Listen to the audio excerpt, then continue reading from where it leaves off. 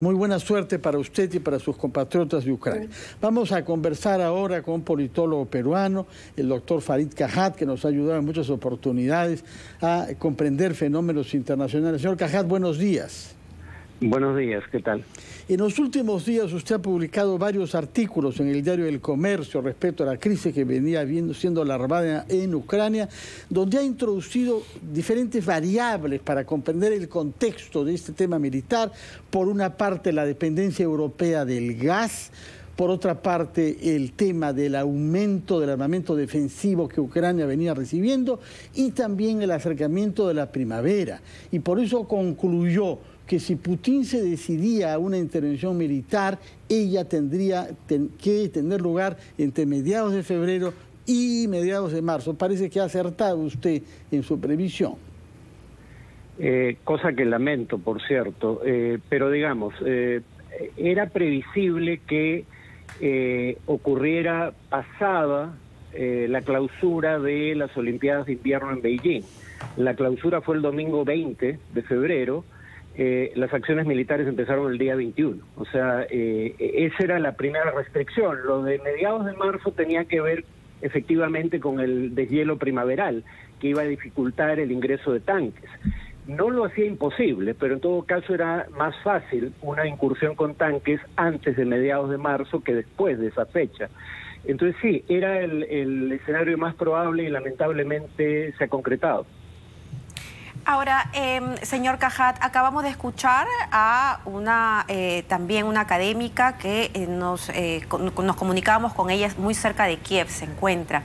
Y lo que dijo, quisiera que se pueda desarrollar más esa idea respecto a que esta no es una guerra contra Ucrania, esta es una guerra contra Europa. ¿Qué hay detrás de eso y cuáles son las consecuencias?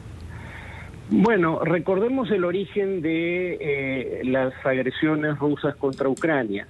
Tienen que ver con la caída de un gobierno más cercano a Moscú, que fue, digamos, derrocado por movilizaciones populares, pero en las que hubo participación extranjera. Hay, por ejemplo, un video que cualquiera puede ver en YouTube de la entonces secretaria de Estado adjunta para Asuntos Europeos del gobierno de los Estados Unidos, Victoria Nuland, hablando con el embajador de su país en Kiev, y discutiendo quiénes debían formar parte de un nuevo gobierno en Ucrania, además de diciendo que había que tomar distancia clara de la posición de la Unión Europea, que era inoperante en la materia. Luego está el tema de la solicitud de ingreso a la OTAN.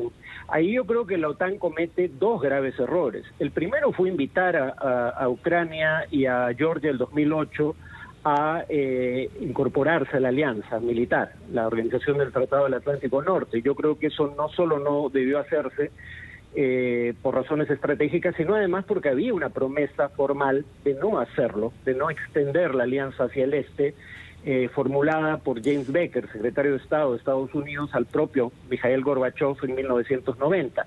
Pero si ya decidiste invitar a Georgia y a Ucrania a integrarse a la OTAN en 2008 y en 2022 todavía no se ha concretado ese ingreso, creaste el espacio para lo que está ocurriendo. Primero creaste la sensación de amenaza en Rusia, porque dos exrepúblicas soviéticas que fueron gobernadas desde Moscú hasta el año 90, de pronto podían entrar a una alianza militar que, recordémoslo, tenía como propósito contener la expansión soviética en Europa y, por añadidura, la expansión rusa, el estado sucedáneo de la Unión Soviética. Creas la sensación de amenaza, pero por otro lado no incorporas de inmediato o en plazo perentorio a estos países, con lo cual le das el mensaje a Rusia de que si quiere hacer algo para evitar que Ucrania y Georgia se incorporen a la OTAN, tiene que ser antes de que ese hecho se produzca, y ese hecho nunca tuvo una fecha explícita, ¿no? Entonces, digamos, creo que esto lamentablemente era previsible. Los métodos de Putin son brutales y violan el derecho internacional, eso lo dejo muy en claro, pero era previsible que algo así podía ocurrir bajo esas circunstancias. Señor Cajat, buenos días. ¿Cuáles son las consecuencias o las repercusiones, efectos que podría tener esta guerra entre Rusia y Ucrania para el Perú? Se ha hablado mucho en términos de carácter económico, pero ¿cuál es la evaluación que hace usted sobre estos efectos? Por favor, esta pregunta nos la responde después de los titulares y regresamos con usted.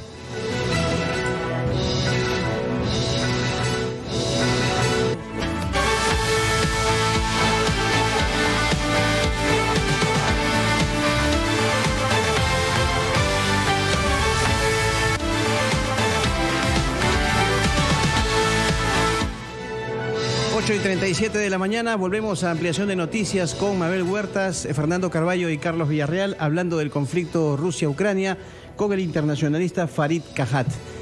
Farid, le había dejado la pregunta planteada sobre los efectos o las repercusiones, consecuencias que esta guerra puede traer para el Perú, para los países de esta parte del continente. Se ha centrado mucho la discusión en este punto en el tema económico. Sí, pero usted me pedía ir más allá. Yo diría que un ejemplo de lo que puede implicar esto es el hecho de que si bien Estados Unidos y los países de la OTAN, al igual que Rusia, han violado el principio del derecho internacional, según el cual no se puede usar la fuerza, salvo en legítima defensa en caso de ataque armado o con autorización del Consejo de Seguridad, Rusia ha ido un paso más allá y ha cometido una violación bastante mayor del derecho internacional, porque ni Estados Unidos ni sus aliados han anexado territorio conquistado por la fuerza. Eventualmente lo han evacuado. En el caso de Ucrania, Rusia anexó el territorio.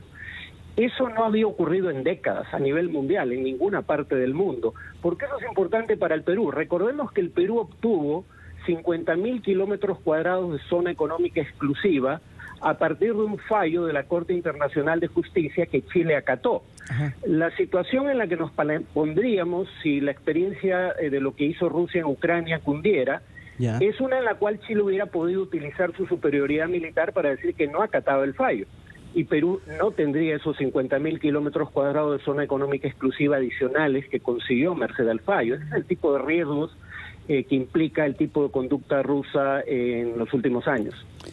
Perdón, ¿y eso significa que no hay marcha atrás, que lo que se va a desatar es una guerra? Porque hay quienes indican que lo que estaría buscando también el presidente ruso es un conflicto congelado, ¿no?, en esa frontera para evitar que estos países se anexen a la OTAN. Creo que ahora ha ido bastante más allá de ese objetivo inicial. Ya dijo que considera todo Donbass territorio de las repúblicas de Donetsk y Lugansk que ha reconocido como independientes, pero en la práctica son apéndices de Rusia. Lo digo porque estas repúblicas solo controlaban un tercio de ese territorio, pero reivindicaban el total de la región. Bueno, todo parece indicar que toda esa región va a ser puesta bajo ocupación rusa permanente. Y en el resto del país, si bien se ha dicho que no se va a ocupar territorio, sí se dijo que se busca desmilitarizar al ejército o al Estado ucraniano, por eso los ataques en otras regiones. Lo único positivo en un panorama en general aciago es el hecho de que Rusia ha descartado, y creo que hay razones para creerlo, que no va a intentar capturar y ocupar ciudades ucranianas, solo atacar blancos militares. Sí, doctor Kajat, yo quisiera anticipar, que nos ayude a anticipar sobre las consecuencias que estas operaciones militares puedan tener en el contexto global, y uno de los temas mayores es el acercamiento entre Rusia y China, sin duda, sí, pero también consecuencias sobre nosotros, sobre nuestra región y sobre nuestro país. Desde ya estamos viendo que todo esto viene acentuando la tendencia al alza del precio del petróleo, pero sin duda habrán otras consecuencias desde el punto de vista del comercio internacional que pueden afectarnos a un país como el nuestro, que está batiendo récords en exportaciones de varios campos. ¿Cuál es su punto de vista sobre lo que puede traer como consecuencia a mediano plazo esta situación militar? Bueno, una consecuencia espontánea de las acciones militares de Rusia en Ucrania ha sido, como usted menciona, el incremento del precio del petróleo. Muy probablemente también tenga un efecto sobre las tarifas del gas. Pero al efecto espontáneo que una guerra tiene en las variables económicas, que cuando uno ve su efecto sobre las principales bolsas del mundo, desde la guerra de Corea en adelante, el efecto suele ser de unos 3 meses. O sea, no es un efecto perdurable habitualmente. A veces dura más, a veces menos, pero en promedio son unos 3 meses. Aquí el problema es que hay que añadir las sanciones económicas que muy probablemente Estados Unidos y sus aliados empiecen a aplicar a partir de este momento.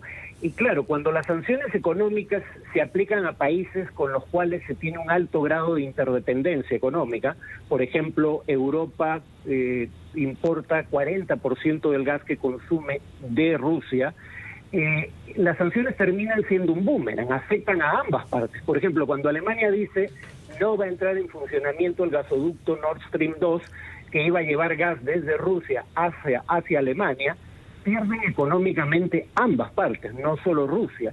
Y en una economía internacional que tenía niveles de inflación altos y que apenas se estaba recuperando los niveles de actividad económica que tenía antes de la pandemia, eso podría volver a sumirnos en una recesión internacional dependiendo de hasta dónde lleguen estas sanciones. Y en ese sentido, Farid, por favor, quisiera volver al tema de las posibles consecuencias para el Perú, básicamente, ¿no? Ser más claros en ese sentido, porque, repito, en los días anteriores hemos visto y leído análisis vinculados con efectos de carácter económico, pero básicamente para el Perú, y esto para que la gente lo entienda, cómo un conflicto armado en Europa puede, a su vez, traer consecuencias para nuestro país. A ver, las guerras no siempre traen consecuencias negativas para países como el Perú, pero esta sí lo va a tener. Por ejemplo, los precios que han subido son de productos como el petróleo que el Perú importa, no precios como el del cobre que el Perú exporta, porque además si esto afecta las perspectivas de crecimiento internacional, eso va a afectar la demanda por cobre. Entonces, digamos, hay efectos sobre la economía que vamos a empezar a sentir, probablemente la subida del dólar, pero eso tiene que ver con múltiples factores, ¿no? Inestabilidad política interna, subida de tasas de interés en Estados Unidos, pero digamos, va a haber una serie de factores económicos adversos, consecuencia de este conflicto, y como ya dije, Perú depende, en general, los países relativamente débiles del sistema internacional, y el Perú es uno de ellos, dependen de que funcionen las instituciones internacionales y el derecho internacional para que se hagan valer sus prerrogativas. Por eso mencionaba el ejemplo del fallo de la Corte Internacional de Justicia en favor de Perú que Chile acató pese a tener una superioridad militar. Esto nos devuelve a un mundo en donde el derecho y las instituciones internacionales están al servicio de los más poderosos y solo se acatan cuando conviene a sus intereses. Farid Kajat, internacionalista, muchas gracias por sus explicaciones. Retenemos de lo que nos ha dicho que ha hecho muy bien el Estado peruano en repudiar el uso de la fuerza para resolver problemas que tienen que ver con fronteras y naturalmente también desconocer las fronteras tal y como están definidas por la comunidad internacional al reconocer a las repúblicas separatistas del este de Ucrania que ha hecho Rusia. Muchas gracias y muy buenos días, Farid Kajat. Buenos días.